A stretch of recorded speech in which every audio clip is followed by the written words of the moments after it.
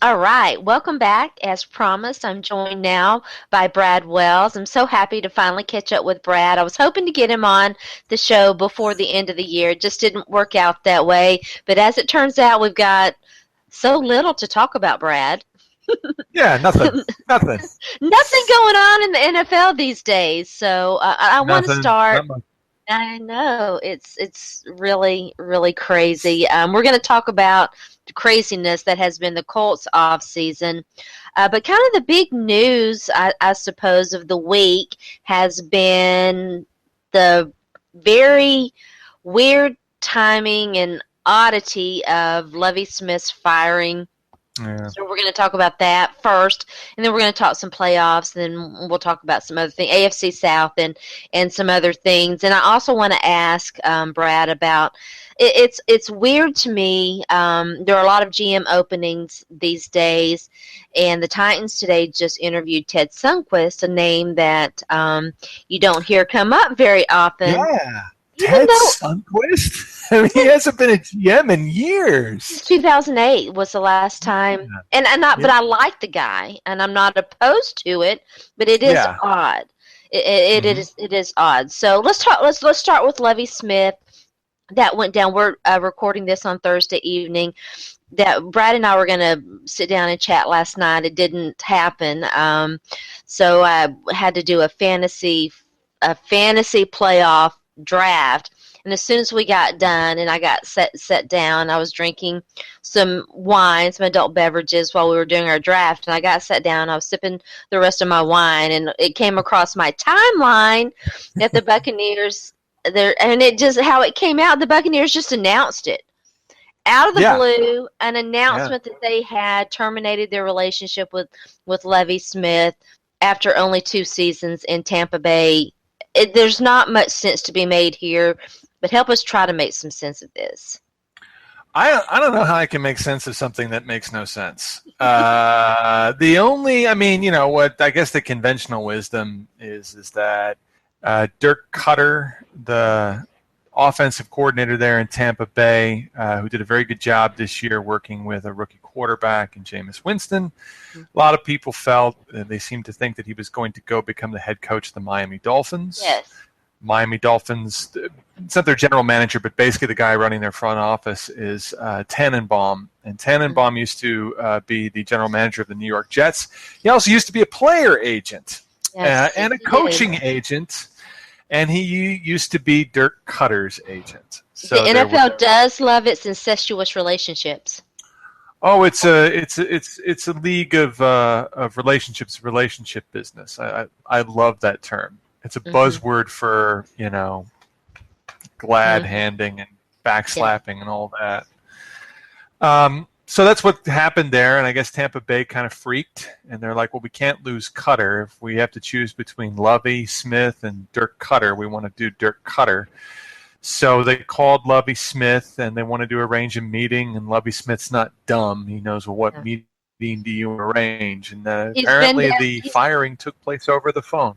Yes, he's been through this rodeo before. I feel in a way I feel badly for him. In a way I don't. It does seem like the offensive coordinator kind of has the inside. There are some people suggesting that maybe there might have been some maneuvering behind the scenes with him, which shouldn't surprise anybody. There were also reports. Jay Glazer is very close to a lot of players and former players. He's kind of the players' media source. He breaks a lot of the players' news. He came out and said that, and I think I mispronounced his name earlier, or maybe it was on another podcast that I did. But anyway, that he was as surprised. Cutter, is that Cutter? Pronounce it for me. Cutter. Cutter. Yeah, it's kind of pronounced like you're cutting something. Cutter. Okay, Cutter. Yeah. I'm gonna have to remember that because it doesn't make intuitive sense to me. But anyway, Cutter was as surprised as anybody. We'll see. Josh McDaniels has also been kind of linked to that job because of some other relationships there as well. Very, very, very odd. Fair or unfair, definitely Lovie Smith's defense has been under fire, and the defensive performance has not been up to standard. I think everybody could agree with that. Yeah, I mean, I would also say, who do they have on defense? Lovie Smith is rebuilding a roster that was completely flushed down the toilet by Greg Schiano. Yes. And you're giving him 2 years. This is his first year with Dirk Cutter. He had Telford, I should say, the coach from Cal last year, but he didn't last very long. He was sick. He was sick. Yeah, he was sick. And he's actually now the head coach of the BC Lions of the CFL, Vancouver, where I reside. So, I don't know. Lovie Smith did not deserve to be fired. I think if you look at it, even with the defense is still young, and the defense improved, and the Buccaneers improved. They were not a bad team this past year. They went 6-10 this year, 2-14 this first year, but they just drafted their franchise quarterback in Jameis Winston, and they did show improvement. Significant, and I think the thing about the Buccaneers is that they showed improvement throughout the year. They weren't good in the beginning of the year. They got pretty good in the middle of the year, and they were a tough out at the end of the year. And for a young team that, let's just be honest, they're not spending a lot of money on key players that are contributing there, and that's on the general manager. Yeah, I think I think at the end of the day, no, Lovie Smith did not deserve to be fired. His players very much liked playing for him. Yes. The owners liked him. He was a connection to the old Bucs of back in the day, and I think more importantly, Jameis Winston was really big on him. And so we're seeing this now with both Winston and with Marcus Mariota in Tennessee. The coaches that effectively drafted them are fired their rookie years, and now they have to basically start all over again. Tennessee, the GM too. Yeah, and the GM as well in Tennessee, and the GM in Tampa Bay is under fire as well. It seems. I did not watch his press conference. A lot of people who did, and a lot of Bucs people who did, said that they felt like, and I'm getting all of this from social media, that they felt like Jason Licht is his name. Like, I'm not sure how to pronounce his name, but anyway, that he did not look like this was the decision that he was all that happy with. So probably it may have come down from the Glazers. Maybe, but the Glazers reportedly liked Lovie Smith. I mean, you really don't know who to believe. At the end of the day, this was handled very poorly. Yes. And it's just incredibly cynical because Dirk Cutter is white and Josh McDaniels is white. They just fired a black head coach. What are they going to do? Hire Cutter? They've got to at least go through the Rooney Rule, so they're going to have to interview one minority coach. It's just a cycle of cynicism and stupidity that has really sort of, infested the Tampa Bay Buccaneers pretty much since they fired Tony Dungy. I know that they had that nice Super Bowl run with John Gruden, but John Gruden won with Tony Dungy's team. He did, absolutely. Yeah, I completely and then after that, the Buccaneers have just been crap. Yeah, they've been crap since 2003. Since you brought it up, and I was talking about this today, I did some radio earlier on today. The contrast, though, between what the Titans did and what the Buccaneers did, to me, I think really kind of underscores that fine line that you have when you do hire a guy and you believe in him at first. What do you do with Ken Whisenhunt? And Brad knows this. I think he is aware of this. I was not a fan of that hire. I did not want them to hire Ken Whisenhunt. That team did not improve. If anything, they regressed under his coaching staff and his management. Yet on the other hand, as Brad mentioned, and rightfully so, Tampa Bay was improving. So it's really odd to me that you can understand somewhat why the Titans would make the move that they made. Yet the Buccaneers, on the other hand, a team that is improving, without really improving the roster all that significantly, if at all, depending on your perspective. So it's definitely a fine line between, do you have the right guy, and at what point when you realize that you don't have the right guy, do you make that move? And also take into account that the Titans are going through an ownership change right now, or an ownership transition. And whenever there's ownership transition, people are going to get fired. That's just the reality of it. It really shouldn't be that way. Though it is kind of interesting, we're talking about coaches being fired. I mean, I haven't seen anything about this yet. Jim Caldwell has not been fired in Detroit. Not yet. Yeah. So, but if he were to have been fired, I think it would have happened by now. I find that interesting because the general manager is gone, the president is gone, there's been an ownership transition, there's been a power transition essentially. And yet Jim Caldwell, who after a terrible start went 7-4 to close the season. Yes. So, part of that also is Caldwell fired both of his key coordinators. Yes. And after that, the team improved, which, it doesn't reflect well. And he took over the offense for the most part and really worked with Matt Stafford. And Matt Stafford definitely improved. I like to joke around on Twitter, and I was kind of bashing Matt Stafford a little bit. He's a guy that, has had really an up and down career in Detroit. You mentioned it, and I've talked a little bit about this. Very interesting to me. That the ladies of the group, so to speak, Martha Ford in Detroit and Amy Adams Strunk in Tennessee, have emerged as, they've been women who've kind of been in the background. Now, Amy Adams is the majority owner and has taken over now. She's the one, you mentioned the power struggle. It's easy to dismiss the struggle there, but this is a family in both cases that lost the patriarch of the family who were really associated with the teams for like 40 years and really the backbone of the NFL, really helped make the NFL. Mr. Ford and Mr. Adams were both instrumental in the AFL and instrumental in the merger and were very significant in that regard. But both of these women are making moves that show that they did not like the way things were being done. Martha Ford in Detroit and Mrs. Strunk she's not really in Tennessee. The Titans named Steve Underwood their local guy for all of their operations. I'm quite curious to see what's up there, what they're going to do. I really think that we're going to see, you're seeing Kim Pagula in Buffalo. She's becoming kind of a behind-the-scenes power broker. I'm interested to see what these women do.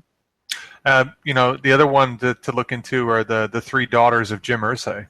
They're owners of the team, and the eldest daughter, I don't know if it's Carly Irsay or not, but she's definitely more involved in. It's Carly. In the ownership and operations of the team. She's very close to Ryan Grigson. So there's a lot of speculation that one of the reasons that Ryan Grigson kept his job.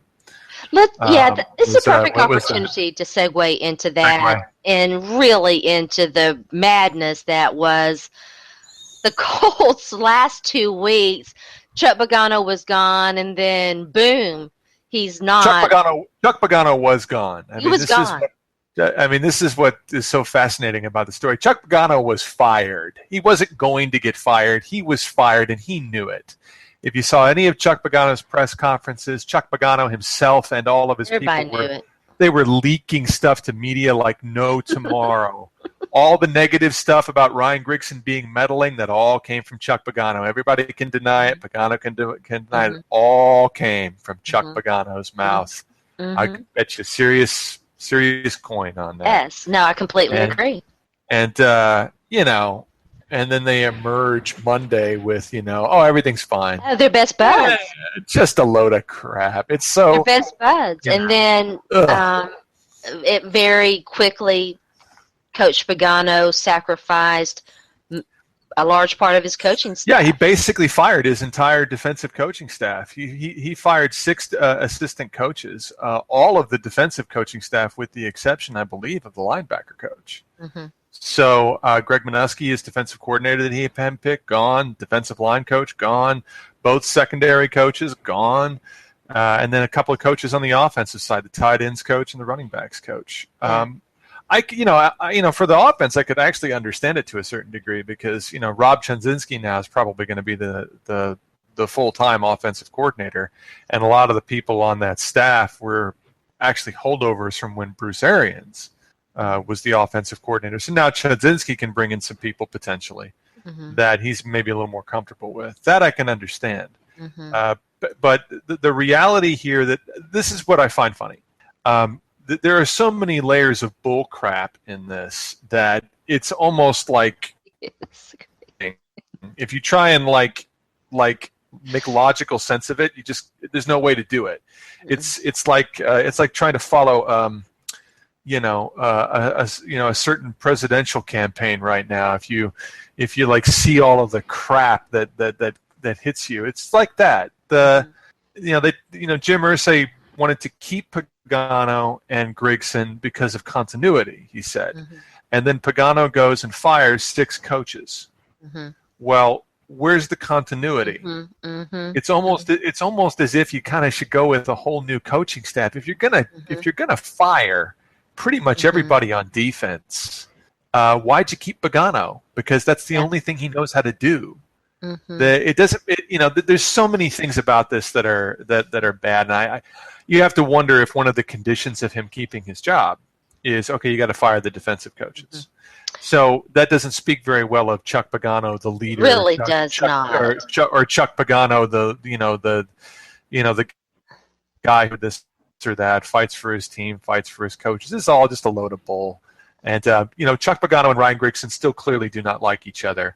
But they both realize that when they're let go, they're probably not going to get other gigs. Ryan Grigson's not going to become a general manager again because he's not respected in the league at all by anybody. And it's really kind of amazing that Jim Irsay extended him as well. And the conventional wisdom about that is that all of these really crappy moves aren't really Ryan Grigson. What this signifies that these moves were actually Jim Irsay. And Ryan Grigson is basically just his boy. It certainly reeks of Jim Irsay, doesn't it? It really does. And people forget Jim Irsay was at one point the general manager of the Colts back when he was 25 years old, and his father was the owner of the team. And Jim Irsay, as a general manager, was a moron. He stunk. He stunk.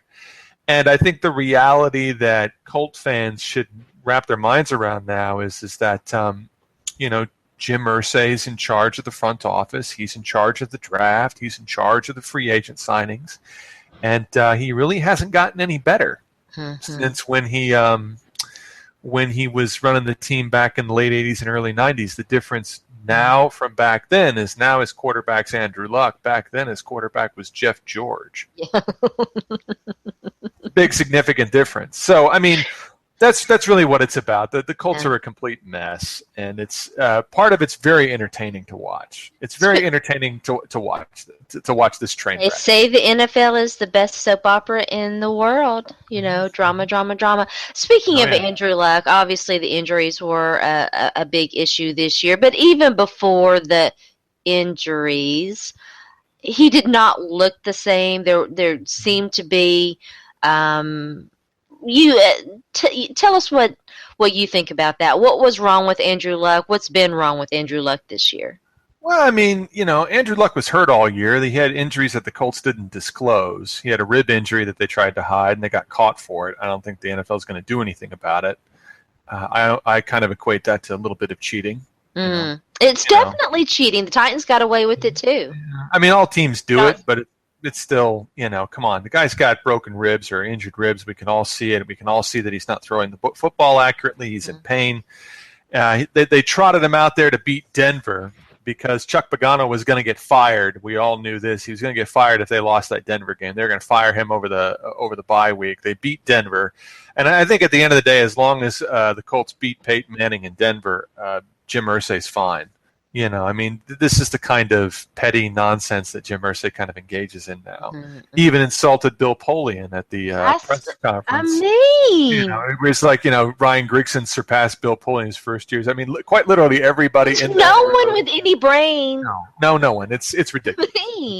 It's ridiculous. It's crazy. So with Andrew, there's a lot of reasons why. I mean, you have to, there's obviously dysfunction going on behind the scenes. Yeah. So that's going to affect any quarterback. Whenever things are dysfunctional behind the scenes, when the coach is a lame duck, when the coach and the offensive coordinator don't care for each other, when the coach and the general manager are barely on speaking terms and are openly hostile to one another, yeah, it's going to affect the performance on the field. It is. To say nothing of the fact that the Colt offensive line is crap. Yes. Total garbage. It knocked 3 quarterbacks out this year. At the end of the season, the Colts were playing 2 guys they had signed off of the street 2 days before. This is an offensive line handpicked by Jim Irsay and Ryan Grigson, and it's awful. Yes. If I'm Andrew Luck and I'm his agent, I want no part of this franchise when I become a free agent, and I make it clear to them that, hey, I'm not playing for you guys, so you can franchise me all you want and kill your cap. You're going to eventually have to let me go because you just don't know what you're doing.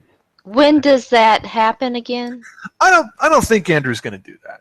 I don't think that's in Andrew's deal. He was drafted in 2012, right? So this upcoming off season, right now, we're in the off season. They picked up his option, right? They picked up his option, but they obviously don't want him to enter next year without a contract. So they're going to try and sign him to.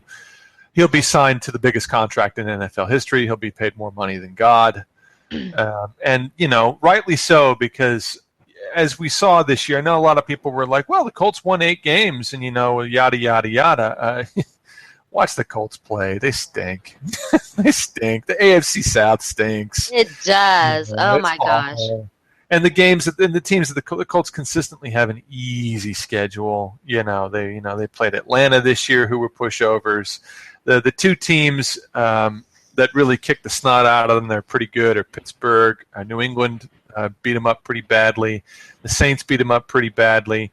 And then Jacksonville. They're not even a good team. Yeah, they're not even a good team. And then Jacksonville later in the year beat them up pretty badly. So a lot of teams just, blow the Colts out. Chuck Pagano's a pretty clueless coach. This is, the Colts are unfortunately like a lot of teams in the NFL. They're dysfunctional. They're poorly led. They don't have a lot of intelligence in the ownership or in the front office, and as a result, as the old saying says, rolls downhill, and it starts at the top. And organizations like Tampa Bay and Indianapolis, and for a period of time Tennessee, as we've talked about, and Cleveland.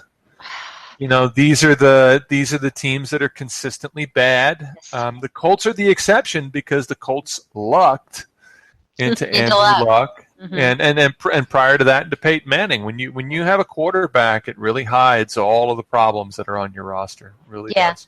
Yeah, and back to your original point, Andrew Luck is going to deserve every amount of money that he gets. They were talking on Twitter today about Tyrod Taylor. The Bills are looking to give him his, and he's earned it. He will have earned every bit of the money that he gets because there is a lack of quarterback talent. And if you find that guy that you think is your franchise quarterback, you lock him up, and and you do that. I guess unless you're the Houston Texans, who are going to go into the playoffs with a 2-quarterback system. So we'll talk about that in a minute. You mentioned the Jaguars. They've improved, I think. I think we can say that they've improved. And Blake Bortles was putting up very big numbers this year. They've got some nice young talent. They've stayed the course. Gus Bradley's going to get an opportunity to show what he can do this next year. It's a big year for him. Can I interrupt you for a second? Because it really pisses me off. What? I have no idea how this guy's got a job. Unlike Chuck Pagano, right? So at the very least, on a superficial level, you can say, well, Chuck Pagano's won some games and he's won some playoff games. He doesn't know anything about offense. Like, he's really clueless about it. And he's a defensive coach. The Colts win with offense, and their defense has stunk. Their defense has stunk pretty much since 2006. Yes. Right? So, I'm like, all right, fine. On a superficial level, I can at least see that. They've made the playoffs, and How? Gus Bradley doesn't know anything about offense either. He's a defensive coach. Yes. He handpicked all the defensive coaches. He just fired his defensive coordinator. right? Jacksonville's defense has been awful since he took over as head coach. This past year they improved, but it was only their offense that improved, of which he has nothing to do with. Lovie Smith in Tampa Bay, right? He's supposedly fine. Defense wasn't playing well. The offense was, and he doesn't have anything to do with the offense. Well, then how the hell does Gus Bradley have a job? No, it's crazy. It doesn't make any sense. And if you're an opposing team in the AFC South, you're glad that guy's still coaching there, because if improvement in Jacksonville is, well, they won 5 games this time. Well, big freaking whoop. They still stink. I mean, and no matter who the coach is down there, Gus Bradley's had his opportunity to get that team or that defense at least playing somewhat better. And here's the thing you could say about Lovie Smith in Tampa. The defense played better this year than it did last year. I haven't seen the stats yet. I haven't seen the stats, but I watched them play this year, and this defense was better. It was. I thought it was a little bit better, but I think that they largely won games because the offense was a lot better. Absolutely. But there was some improvement. And as you know, a lot of young guys on defense too. Yeah, but as you know, you can't isolate one from the other. And when you have a defense that is decent to whatever, but your offense largely stinks and it can't stay on the field, and you put your defense out there over and over and over again, guys are going to get tired, and it's definitely a situation where you've got to kind of have all 3 phases have to be somewhat okay, or you're not going to be very good. You can't have your special teams constantly, putting you on the 1-yard line, starting drives, trying to go 99 yards. You know what I'm saying here? I do, but I think you know what I'm saying too. Yes, I do. Absolutely. If you're a defensive specialist and the defense has stunk under your guidance for 3 years, there's a problem, right? And that was the problem with the Titans and Ken Wisenhunt. There you go. The classic example right there is that Ken Wisenhunt's supposedly this offensive genius, and as an offensive coordinator, he is extremely good. He's very good. He was very good. He's been very lucky to have some really good quarterbacks to coach. Yeah, I think that obviously helps. And then Marcus Mariota, he gets hurt. If Mariota doesn't get hurt, maybe Wisenhunt keeps his job. I don't know. Probably not. The bottom line here is that the offense wasn't good enough. It was not good at all. To keep his job. It wasn't good enough. Yeah. And that's one of the reasons why he's fired. Yeah. And I think that, I think it's an excellent point, and you have to, common sense is not so common anymore. And when you're looking at all of these teams that, this guy, Adam Gase is another guy that's the so-called quarterback whisperer. Well, who has he worked with? Jay Cutler, who really is a pretty darn good quarterback. I know that he wasn't very good last year. They weren't very good last year. He was not in a good system. And Peyton Manning. Well, the one thing I'll give Adam Gase credit for is Adam Gase a lot. I've watched his offenses, and I think that they're imaginative, and he's very good at communicating what he wants to quarterbacks. And I think the reason why Adam Gase is a hot prospect right now is what he did with Jay Cutler. Jay Cutler has been an interception machine his whole career. And this was really the first time where Jay Cutler played a controlled game where he was still able to make throws, but the turnovers were cut down significantly. They were. And Adam Gase, he deserves a lot of credit for that. And also, when you have quarterbacks like Peyton Manning, and Peyton Manning doesn't hold back. When he doesn't like a coach, behind the scenes, he tells everybody, this guy stinks. He was very complimentary of Adam Gase. Peyton Manning gushes about Adam Gase, gushes about that guy. If and when Peyton Manning were to ever become like a team president or a team owner, which a lot of people speculated it with the Titans, that it might happen. Adam Gase will be very high on his list. The other thing about Adam Gase you have to take into consideration here is that he and Vic Fangio are kind of tied together. So if you're going to hire Adam Gase as your head coach, you're also getting Gase as effectively your offensive coordinator, and you're getting Vic Fangio as the defensive coordinator. Guy. And what Vic Fangio did with the Chicago defense this year was probably the best coaching job in the league. It was good. I agree. And what he did with San Francisco's defense the last 4 or 5 years under Jim Harbaugh was phenomenal. Yes, it was. Vic Fangio is probably the best defensive coach in the NFL right now, outside of Bill Belichick. Yeah. And if that's I think one of the reasons why Gase is such a hot commodity. Yeah. Speaking of Fangio and San Francisco, and San Francisco's another one too. Oh yeah, I mean they fired Jim Tomsula. I mean, how hired him. You run they off? Didn't fire him. That they hired him in the first place is the worst part. What were they going to do? Nobody wanted any part of that team because of how they treated Jim Harbaugh, and rightfully so. You have to understand also the political ramifications that are going on in the background. The ownership wanted Jim Tomsula to either be the head coach or the defensive coordinator. Tomsula had been basically Trent Baalke's spy in Jim Harbaugh's coaching ranks. We all know that Jim Harbaugh subtweeted when Tomsula was fired. Harbaugh subtweeted something out that basically said, "You reap what you sow."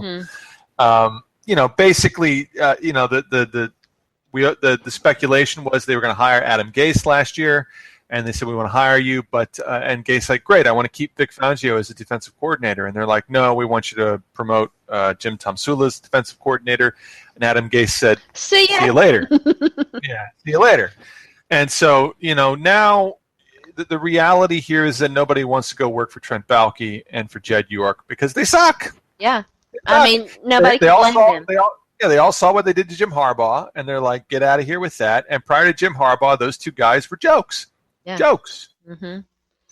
Yeah. It was their joke. Mike Nolan was a joke. Just jokes. Yeah.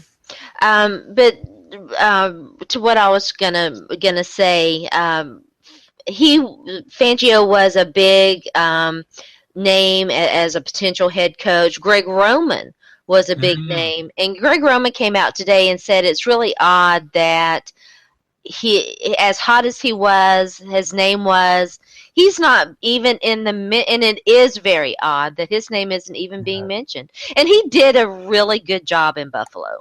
He was crucified last year by 49er fans who blamed him for Colin Kaepernick's regression. And then we see Colin Kaepernick regress even further this year. Greg Roman goes to Buffalo and does some very, very good work. Hey, maybe Greg Roman wasn't the problem. Maybe Greg Roman was not the problem. maybe it was the quarterback who still can't read a defense, and maybe it was, and that's a very general term, by the way. By read a defense, I mean, you got to be able to drop back, scan the defense, and go through your progressions. Colin Kaepernick still hasn't figured out that. Yeah. Part of that is coaching. But part of it also is at this point in your career, you shouldn't need to be coached on how to do that. You should know how to do it. Yeah. So there's that. Yeah. He's in his 4th year, something like that. It's okay. Well, I couldn't remember. It's pretty odd. And I want to talk about Alex Smith. Alex Smith is like. Hey, look, the Chiefs are the hottest. The Chiefs are the hottest AFC team heading into the playoffs. We're going to talk playoffs in a minute, but before we get there, I want to ask Brad. I know the Colts have a lot of needs. Do you have an off-season wish list? I don't. I mean, I'm kind of beyond that point with them. You can't have a wish list when you know that the people in charge of the front office are morons. Yeah.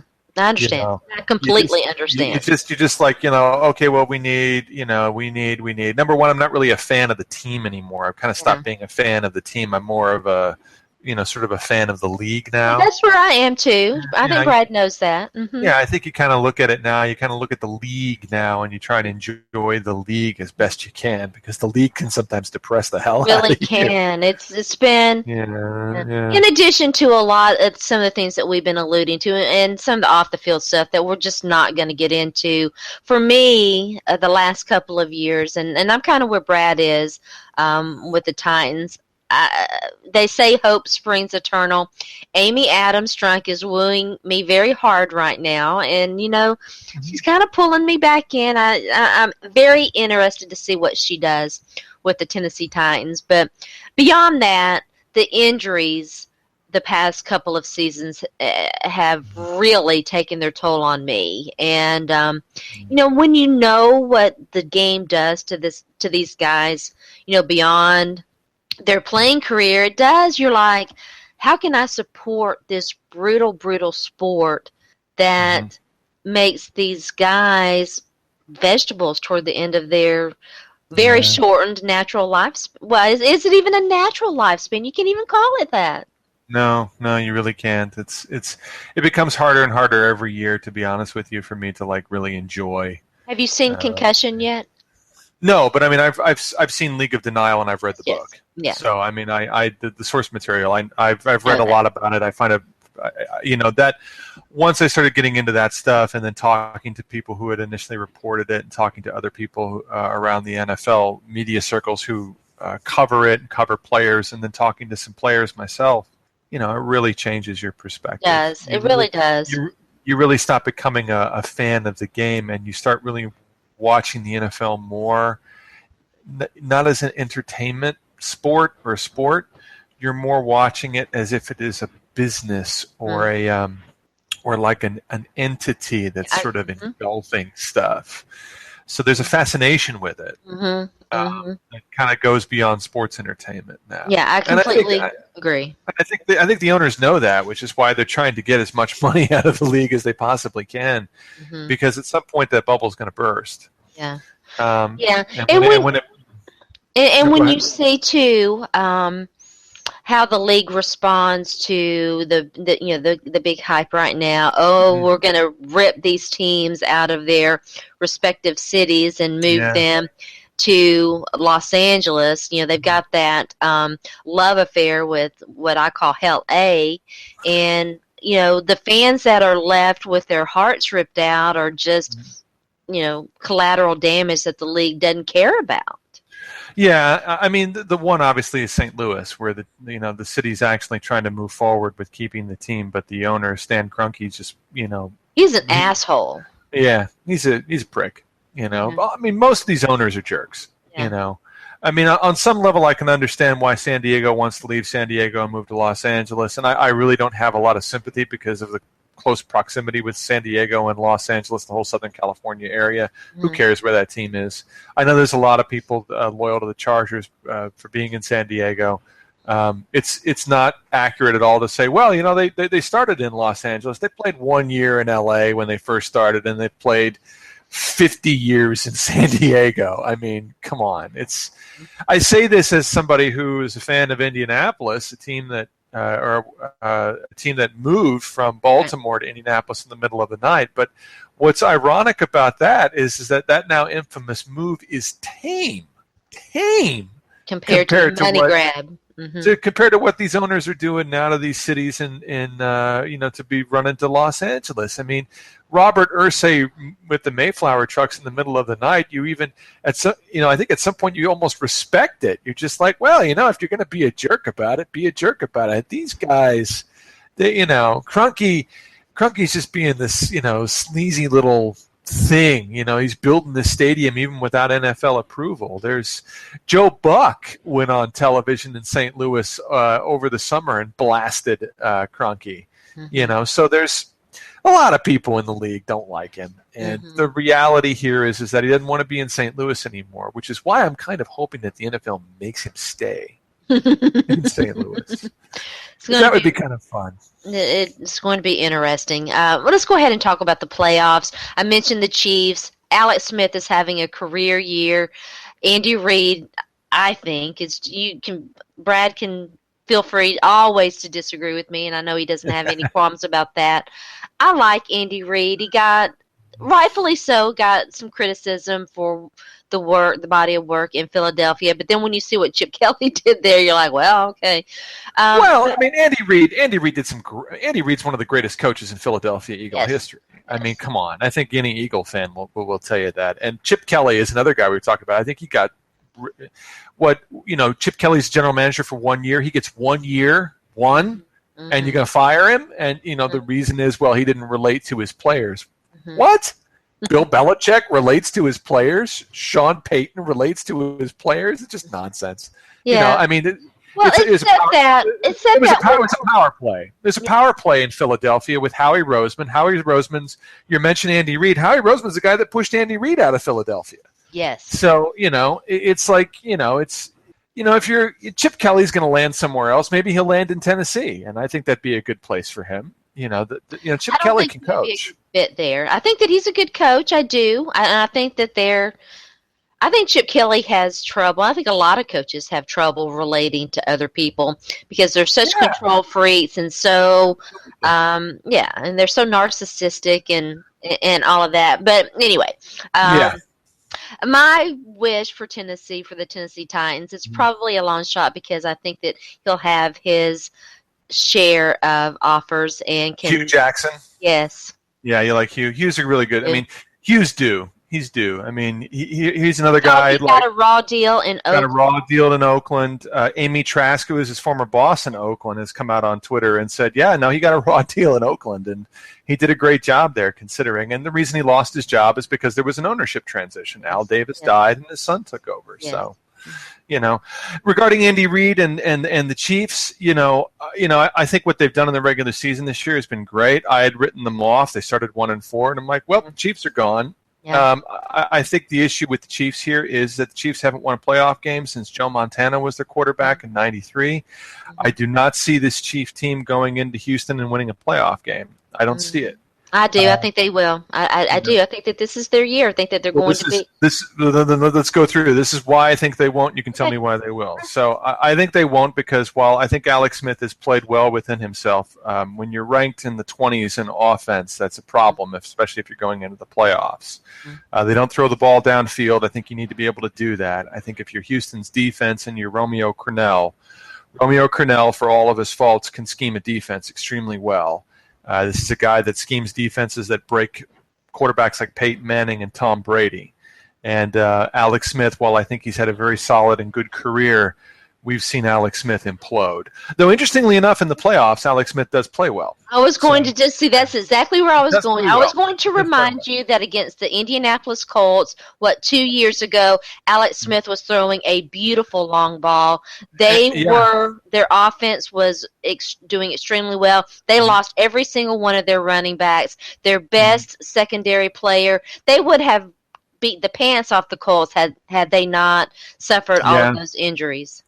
Yeah, that was part of it. I mean, their defense completely imploding was also another part of it. And Andy Reid's coaching in the second half, and Bill Sutter, I think his name is, the defensive coordinator. I mean, so the bottom line is that, Alex Smith needs to go out there and have a really good game. He does. I don't know if I see him doing that against Houston's defense. I think if Kansas City's going to win the game, they're going to have to get turnovers from Brian Hoyer. I'm assuming Brian Hoyer is entirely possible. Very possible. Houston's played pretty well. Mm-hmm. I said they were going to win the division in the beginning of the year.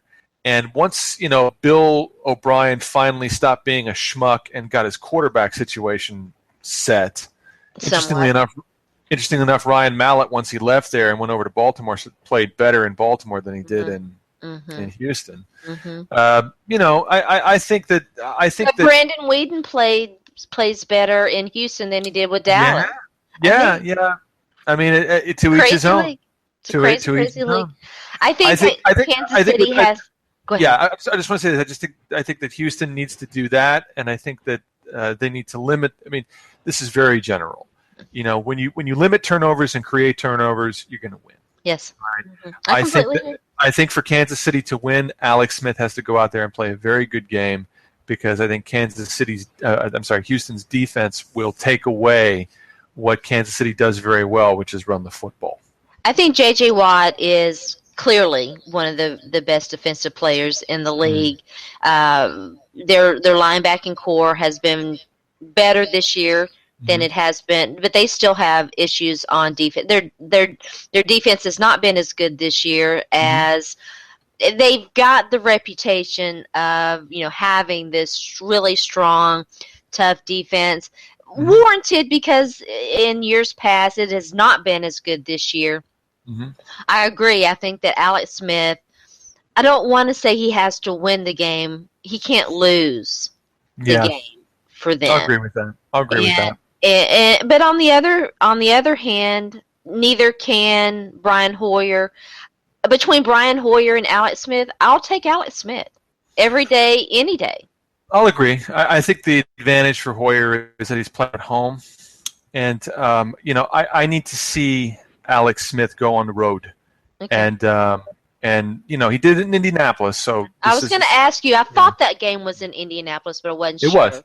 Yeah. It was. It's not like we haven't seen it, right? Yeah, right. But, you just don't see it enough for people to buy in and believe. Yeah. And I understand that. And also, it's against Indianapolis' defense, which stinks. It's not the same Chuck thing. Pagano. Mm-hmm. And Houston, it's a different story. It's a different story. Yeah. So I'm going to say Houston will win. You're going to say Kansas City wins. I think it's Kansas City's here. What about Bengals and Bengals? Who do the Bengals? Oh, Pittsburgh. I'm very curious about that game because my heart wants to say Cincinnati, because you talk about it's Kansas City. I think Cincinnati's going to. It's like you're like Kansas City. This is their year, and I'm like I was feeling this is Cincy's year. If it's not now, it's never going to happen. Yeah, I agree. You know, and I'm like, you feel terrible that Andy Dalton's not going to play. Yeah.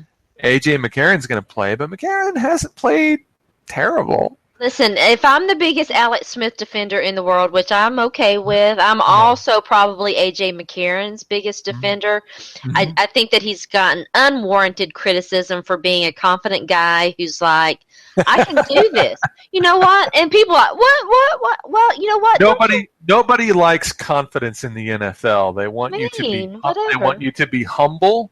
Shut up and do your job. They love J.J. Watt, Mr. Yeah, well, nobody can take a selfie but me. Yeah.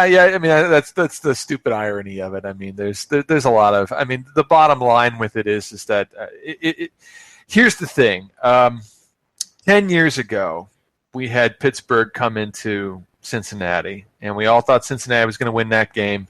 Pittsburgh blew out Carson Palmer's knee. Mm-hmm. And I remember that. Pittsburgh won that game, went on to win the Super Bowl that year. Yes, I remember that. Mm-hmm. And Pittsburgh came into that game. It was 2006, wasn't it? It was 2005, but it was 2005 season, but it was 2006. Yes. Playoffs. Yes. So, or I should say, playoffs. That was the year that Ben Roethlisberger played awful in the Super Bowl, right? But he played fantastic in that game. In the playoffs. He played well against Cincinnati. He played well against Indianapolis in a big upset. He played extremely well against Denver in a big upset in Denver. So they won 3 road playoff games in a row. Mm-hmm. So that was a very, very special Steeler team that got healthy at the right time. I've got hanging in this closet right here a Ben Roethlisberger jersey that, of course, when all the allegations arose against him, I have not. It's stayed with the closet. It stayed with me, and I've several points along the years I've been like, I should burn this. Yeah. But, I've held on to it. I've also got an Aaron Rodgers jersey. You know what? I don't care. No Alex Smith jersey yet. Hey, listen, if they make the Super Bowl, maybe. Maybe. So. With Pittsburgh and Cincy, I think what it comes down to is can Cincy's defense stop Pittsburgh's passing attack? They're probably not going to have D'Angelo Williams. Mm-hmm. So Pittsburgh's run game is absolutely going to be effective. Mm-hmm. It's going to be affected and probably ineffective. Mm-hmm. So Pittsburgh's going to throw the ball, and that's their strength. They've got 4 wide receivers, if you include Darius Haywood-Bay, who's had a pretty good season. Yes, he has. And they've got the best wide receiver in the league. Antonio Brown is hands down the best wide receiver in the league right now. And the other 2 guys are not lunch meat. And they're not. And they got a couple of good tight ends. One of them, Heath Miller, who always seems to have good games in the playoffs. Roethlisberger knows how to get the ball down the field. I think that's what it's going to come down to. If Cincinnati if their defense can stop Pittsburgh's passing attack and pressure Roethlisberger, the Steelers have no chance because Cincy's offense is good, especially against Pittsburgh's defense, which is not good against the run, at least from what I saw this past year. I think their secondary played better than what I thought it was going to play. Yes. So, I want to say Cincy, and I will say Cincy. I think Cincy wins. I think, if Cincy were to beat Pittsburgh in the playoffs at home, that is a huge, huge deal. It's on par with when Indianapolis finally beat New England in the playoffs in 2007. Completely. So it's like when the Bulls finally beat the Pistons in the playoffs, and it's a big monkey to get thrown off their back. If anything, I know a lot of people think that Cincinnati is a Super Bowl caliber team, maybe if they get Dalton back. But to be honest with you, if I'm Cincinnati, based on their history, they haven't won a playoff game since the 80s. This is their Super Bowl. This is it. They haven't, with Marvin Lewis, they haven't won a playoff game since he took over in 2004. Which is pretty incredible. So it's just like, that's 2003 or 2004. I forgot. I think it's 2003. So this is an extremely important game for Lewis, for the Bengal organization, for the fans, for everything.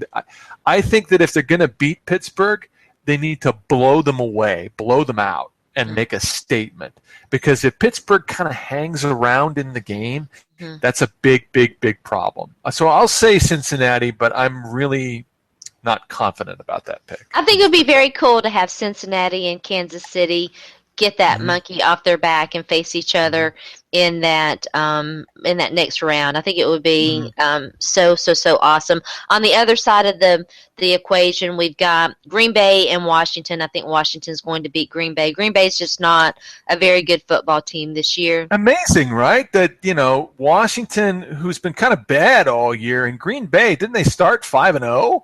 Now Green Bay, everyone's picking Washington. Kirk Cousins, beating Mike McCarthy and, all that. He's done a pretty good job. Kirk Cousins has played really. Their defense is very underrated. I've said that several times today. It is. I agree with that. And Cousins, Cousins is hot and cold. He's done what they've needed him to do for the most part in that system, and that's important.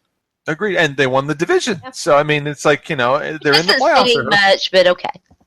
Well, I mean, at the end of the day, they're in there in the division with Kirk Cousins. The Giants had Eli Manning, and they're not there. Everyone thought Sam Bradford in Philadelphia was going to be great, and that didn't work out, though Bradford played well in the second half of the season. And, I mean, at the end of the day, Washington is the team there. We didn't even get a chance to talk about the madness that was the Giants and Tom Coughlin and them keeping Jerry. We're not gonna go there. I want to talk about the other game real quick. And so I want to say that I think Green Bay is going to win the game. That's just my call. Okay. You say Washington. I'm going to say Green Bay. I'm not going to discount Aaron Rodgers in a game like that. I think he'll be the reason they win the game. Okay. Even though he has played very poorly the last. He really has. Yeah. He has. It's very much an offense in progress. The offensive line has been an issue for way too long. They've got some point they've got to address it. Aaron Rodgers can't continue to take the hits that he's taking. But the game of the weekend, to me, the one that fascinates me is Seahawks-Vikings. Brad knows this. I really wanted the Titans to hire Mike Zimmer. They did not. They respectfully declined. I wanted the Colts to hire him back in 2012. I'm a huge Mike Zimmer fan. I am too. I think that these two teams are so similar. They their offenses are very similar. Teddy Bridgewater is not yet even remotely on the same par as Russell Wilson. But when you look at what they do, Beast Mode's going to be back, but when Marshawn Lynch was out, and of course Thomas Rawls was injured, and then they've got Christian Michael was gone, now he's back. And anyway, Russell Wilson was really able to cook and has really put up some fantastic numbers. But you saw the same thing with the Vikings and their offense when they did not rely. And Adrian Peterson is a fantastic running back. But when they let Teddy Bridgewater be Teddy Bridgewater, he can cook pretty good as well. So I'm kind of curious, and they both have good defenses. I'm curious to see this game. I think it's a bad matchup for the Vikings. That's why I'm going to say Seattle, because from a matchup standpoint, Seattle I think has too many advantages. Yeah, I think they're a little better team. Russell Wilson has been a limited quarterback much of his career, and it was this year. It was after the tight end went down, the kid that they traded for. Yeah, Jimmy Graham. I think he held their offense back. He went down, and then Russell Wilson just went on a complete tear. I mean, quarterbacks can turn corners. Mm-hmm. We're so used to seeing guys like Luck and guys like Manning and guys like Brady to a certain extent. They're just good right out of the gate, pretty much. Mm-hmm. We're so used to seeing that. With guys like Cam Newton, with guys like Russell Wilson, a lot of these guys like Aaron Rodgers, sometimes it takes 4 or 5 years for them to turn that corner. And Russell Wilson this year, absolutely, especially the second half of the season, because Russell Wilson was garbage for the first 8 games of the season. Any talk of Russell Wilson it was a slow start. Any talk of Russell Wilson for MVP was ridiculous, because the MVP is for 16 games, not 8 or 5. Yes. It was a very slow start for him. And I had Russell Wilson in fantasy, so I should know it. I started 0-4 because he was my quarterback. Yeah, he stunk. He stunk the first 8 games of the season. And then the 8 games after that, Jimmy Graham goes down, and Russell Wilson turns into Superman. Russell Wilson, for the last 6 points, probably the best quarterback in football. Yeah. So, and he's very hot coming into this game. I think the Seahawks have no fear of the Vikings because they beat them earlier this year. The Vikings... I think what has to happen is that Bridgewater has to go out there and beat Teddy Bridgewater and just completely confound the Seattle defense in their secondary. And if he's able to do that, Seattle will be punched in the mouth, and they'll have a hard time responding. I think the other thing the Vikings have to do is they just have to look at the tape of what the Rams did to the Seahawks, which is easier said than done because the Rams have had a fantastic front. They've got, best defensive line in football. Yeah, best defensive line in football, and their linebackers are great. Their front seven's the best in football. Yes. And they physically obliterated the Seahawks in both games this past year. That's easier said than done. The reality, though, is that Seattle's offensive line isn't very good. And when you get into Russell Wilson's face, he's not going to do anything the whole game. He'll become a turtle in his shell, like most quarterbacks. So I think it's really, really important. I think Zimmer knows this, that you have to get people in Russell Wilson's face and hit him, and then hit him early, hit him often, and hit him hard, and that will give Minnesota a chance. But I think Seattle will win the game. Is Mike Zimmer your coach of the year? If not, who is it? Well, that's a really good question. Zimmer, he's got to be up there. He's had a fantastic season.